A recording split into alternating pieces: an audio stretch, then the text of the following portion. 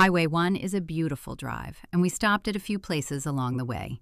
We spent most of the day on the highway, and as we got further north, the trees seemed to get taller as we entered Big Sur. My wife mentioned how she wanted to pull over and get off for a while. She's a photographer, so most of the trip consisted of us pulling over and her setting up her camera for these mini-shoots. We decided to stop at Andrew Malera State Park. The parking area was off of Highway 1 near Ventana Wildlife Society, in case anyone likes to get on maps and track the story. When we parked, there was one other vehicle in the parking lot. My wife was a little iffy at first because the location was kind of secluded and we didn't see anyone else there. We got off and got our backpacks and her camera gear. My phone said the trail was about a mile to the beach, so we figured it would be about 30 to 40 minutes to walk if we took our time. We left the parking lot and headed down a dirt road opposite of the direction we pulled in from. We could see a couple walking in our direction, so I asked how long the walk was to the beach. The man said about 15 minutes, so we figured maybe it was a shorter walk than what the map said. The road didn't go too far before it took a hard right and we had to cross Big Sur River, Creamery Meadow Trail. Not wanting to get our shoes wet, we took them off and crossed barefoot. The water was ice cold and got as deep as our mid-thighs. It felt like needles. We made it across and went down the trail, which was not 15 minutes. I remember we got to a fork in the trail. The trail to the left was marked. I think it said something about an observation point, and the trail going straight had no sign but was more defined. We went straight. The sun was getting low, and I was telling my wife how it's going to be getting dark soon, but she had her gear and wanted to go on. I agreed, and we pushed forward. Towards the end, the trail got a bit obscure, and we seemed to be swallowed by the trees all around. We were having second thoughts when all of a sudden I could hear the waves. The trail opened up, and we walked out of the trees onto the sands of a pretty awesome beach with the most beautiful view of Malera Point. The beach was empty. There wasn't anyone there. At least we didn't think so. My wife wanted to change her outfit and get out of her hiking clothes and into a dress for her mini-shoot. So while she was doing that, I set up the camera and tripod. She did her shoot. Beautiful sunset, but the sun setting meant it was going to be dark soon.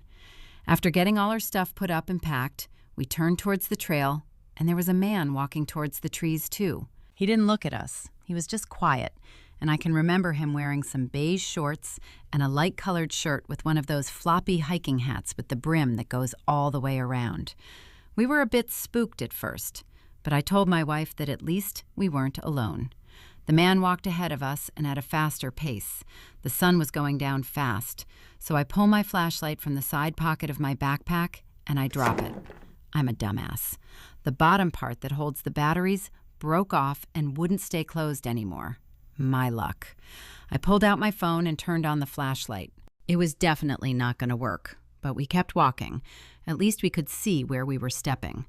We couldn't see the man anymore, but we could hear his steps ahead of us crunching on the gravel. Somewhere along the way, the sound of his steps disappeared without us realizing it. We tried to walk faster for what seemed like forever. We were getting worried about bears or whatever inhabited the area. And suddenly, I could hear the river. We were almost there. We got to the edge of the water, and out of nowhere, there he was. The man was standing there in the dark. He had no flashlight either, and still didn't talk or look our way. He began crossing as we were taking off our shoes. We jumped into the icy water and tried to cross as fast as we could. We made it to the other side as the man was walking away. We rushed to get our shoes on because it's dark as hell in this point. We start hurrying back up the dirt road, trying to catch up to the strange guy because it felt safer the more people there were. We make it to the parking lot, and now we're getting those chills, like something is watching. I'm not sure how to describe the feeling. We throw our stuff into the Explorer and get in. We start the car and back out and realize that there are no other cars in the parking lot. We drive up the road towards the main highway, and that guy is nowhere to be seen. We saw no other car headlights, brake lights, nothing. We're in the middle of nowhere, and we should have seen him if he was walking back up the road. Nothing. I asked my wife a dumb question. What if that was a ghost? She told me to shut the fuck up, and we drove. I still think about it to this day. A man with no backpack, no flashlight, in the middle of nowhere, in the dark, never looked towards us, never spoke.